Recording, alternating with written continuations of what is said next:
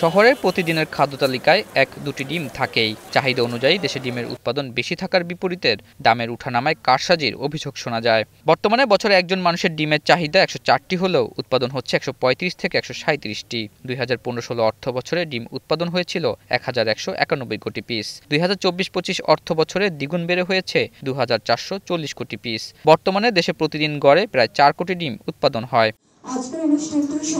শুক্রবার বিশ্ব ডিম দিবসের আলোচনায় এসব তথ্য তুলে ধরে ডিমের যৌক্তিক মূল্যের উপর জোর দেওয়া হয়। দাম নিয়ে অস্বস্তি থাকলেও আমিষের চাহিদা পূরণের জন্য প্রতিটি শিশুসহ সবাইকে ডিম খাওয়ার পরামর্শ দেওয়া হয়।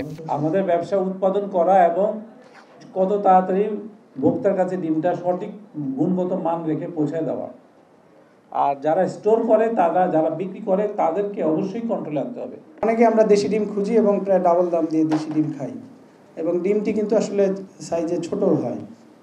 বাস্তবতা হচ্ছে যে ডিম পুষ্টি উপাদান কিন্তু দুইটা ডিমেরই একই থাকে, বরঞ্চ ফার্মের ডিমটি প্রায় ডাবল ওজনের থাকে এবং আপনি কম দামে ডাবল পুষ্টি পাবেন।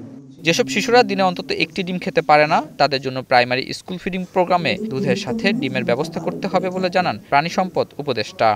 কিছুটা অসচেতনতা আছে, যেটা উনি বললেন যে ৬ বছর বয়সের মধ্যে আমাকে খাইয়ে ফেলতে হবে, এই পুষ্টিটা আমাকে তাকে যোগানটা দিতেই হবে। তো সেই জায়গাতে আমাদের কিছু কাজ আছে, যেটা হলো যে বাচ্চাদেরকে ছোটোবেলাতে যেন খাওয়ানো যায়। এজন্য স্কুল ফিডিং প্রোগ্রামে দুধ অনেক সময় দেয়া হয়, কিন্তু ডিমটা আমার মনে হয় যুক্ত করা দরকার। যারা কারসাজি করে ডিমের দাম বাড়ায় তাদের বিরুদ্ধে ব্যবস্থা নেওয়া হবে বলে হুঁশিয়ারি দেন উপদেষ্টা। মার্কেটের নজরদারিটা এটা আমাদেরকে বাড়াতেই হবে, কারণ এই জায়গায় খামারিও উপকৃত হচ্ছে না, খামারিও ক্ষতিগ্রস্ত।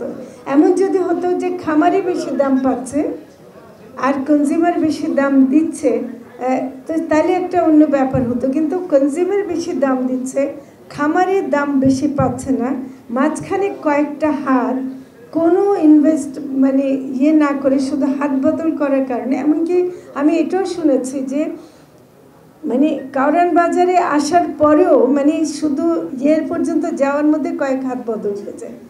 এই যে জায়গাগুলো, এইগুলোকে অবশ্যই কঠোর হাতে দমন করতে হবে। তবে প্রান্তিক খামারিদের লোকসানের দিকে সরকারের পক্ষ থেকে নজর দেওয়া হবে বলে জানান প্রাণী সম্পদ উপদেষ্টা। আতাউর নিয়ন, স্টার নিউজ, ঢাকা।